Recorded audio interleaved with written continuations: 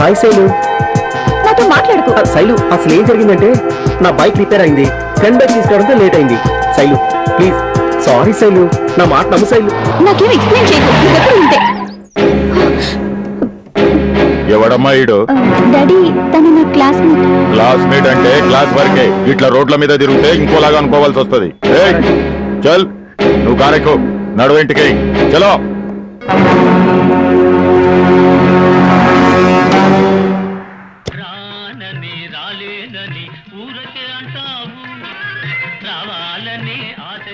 సుబ్బు, ఎంతవరకు వచ్చాయి నీ ట్రయల్స్? ఏదో నడుస్తున్నాయి. అవును, రాయుడు గారిని కలిసావా? ఎవరు? ప్రొడ్యూసర్ రాయుడా? లేదే. ఏ కొత్త వాళ్ళకి ఛాన్స్ ఇస్తున్నారట, ఓసారి కలిస్తే better. Thank you for the information. తప్పకుండా కలుస్తాను. వెయిటర్, ఇలారా. సార్. ఎంతైంది? 20 రూపాయలైంది సార్. ఇందా. Thank you brother. బాయ్. మీకేం కావాలి సార్? ఓ ప్లేట్ సమోసా, టీ.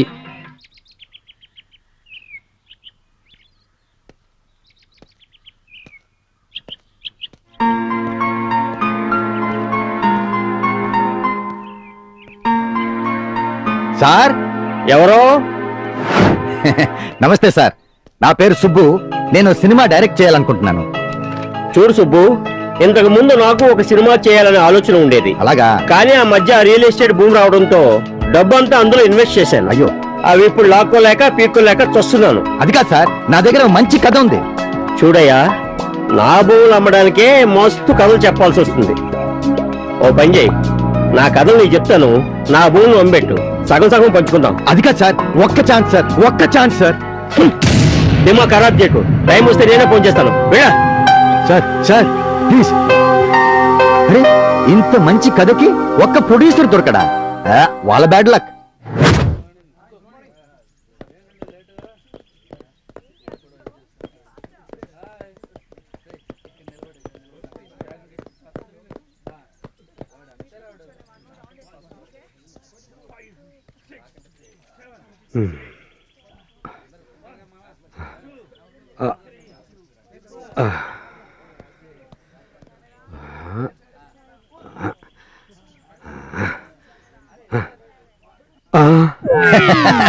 నమస్తే సార్.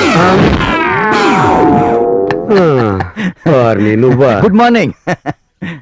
ఏంటయ్యా, దయ్యంలో భయపెట్టి చంపుతున్నావు కదా.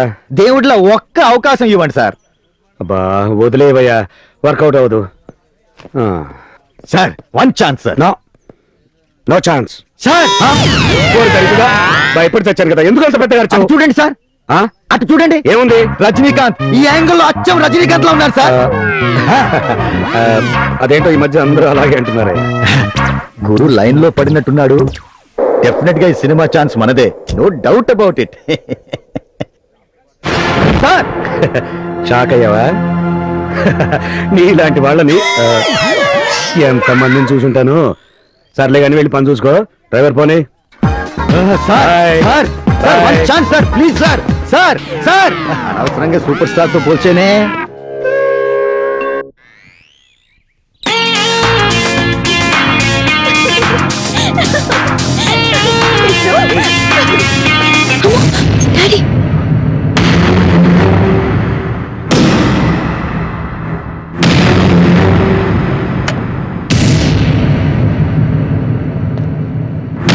డాడీ, అది సారీ డాడీ, యాక్చువల్ గా రాజేష్ తప్పేమీ లేదు.